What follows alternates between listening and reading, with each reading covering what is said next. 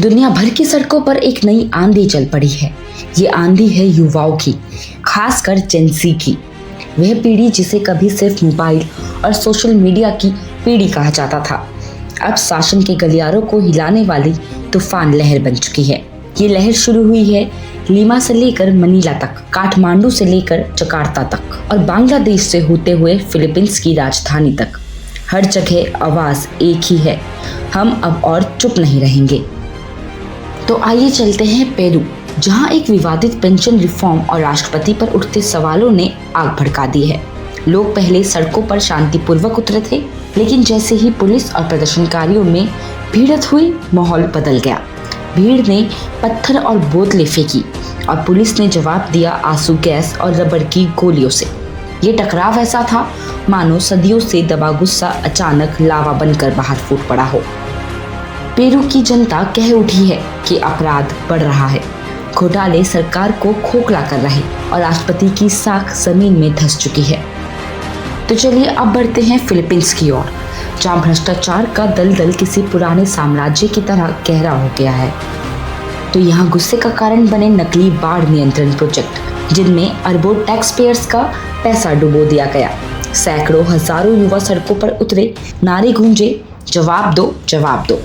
लेकिन इतिहास गवाह है, शांति जब सत्ता के दरवाजे पर दस्तक देती है तो अक्सर पुलिस की लाठियां और गोलियां उसे कुचलने आ जाती है। ठीक वैसा ही हुआ यहाँ भी। भिड़ंत में 72 लोगों को गिरफ्तार किया गया, जिनमें नाबालिग भी शामिल थे। 39 पुलिसकर्मी घायल हुए और युवाओं ने एक स्वर में कहा, भ्रष्ट नेताओं को इस्तीफा देना होगा। अब इंडोनेशिया में भी हालात अलग है, लेकिन दर्द वही है। युवाओं ने देखा कि उनके नेताओं के लिए घर बार किसी महल से कम नहीं, जबकि जनता के पास छत तक नहीं। विरोध शुरू हुआ सांसदों को मिलने वाले हाउसिंग अलाउंस पर, जो कि जकार्ता की न्यूनतम मजदूरी से 10 गुना ज्यादा था। भीड़ ने सवाल उठाया, हमारे लिए रोटी नहीं और नेताओं के लिए महल क्यों? विरोध इतना बड़ा कि राष्ट्रपति और संसद को यू टर्न लेना पड़ा। ये था युवाओं की ताकत का जीता जागता सबूत। तो अब चलते हैं नेपाल, जहां गुस्से की चिंगारी बनी सोशल मीडिया बैन।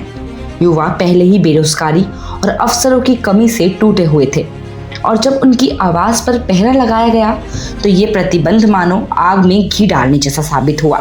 प्रदर्शन इतना उग्र हुआ कि संसद भवन जल उठा, राजनीतिक नेताओं के घरों को आग के हवाले कर दिया गया।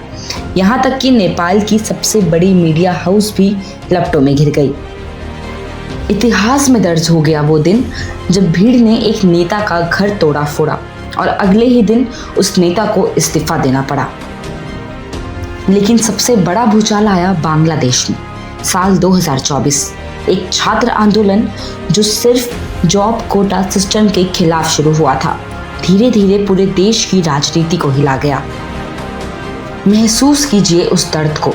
महीनों तक युवा सड़कों पर रहे, शांतिपूर्ण विरोध हुआ और हर बार पुलिस की गोलियों और लाठियों ने सैकड़ों की जान ले ली।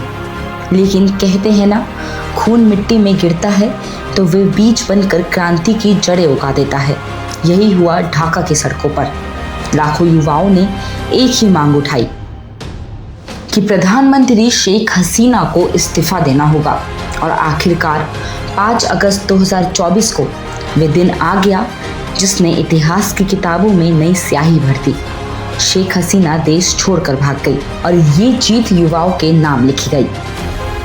तो चाहे बात हो पेरू की या फिलीपींस की, इंडोनेशिया हो या नेपाल या फिर बांग्लादेश की वो क्रांति, हर जगह कहानी एक ही है। एक ऐसी पीढ़ी जो कह रही भविष्य हमारा है, इसे छीना नहीं जा सकता। जेन-ज़ी को आज सिर्फ सोशल मीडिया की पीढ़ी मत समझिए। ये वो पीढ़ी है जो सड़कों पर उतर रही और वो पीढ़ी है जो कि सत्ता के महलों की नींव हिला रही।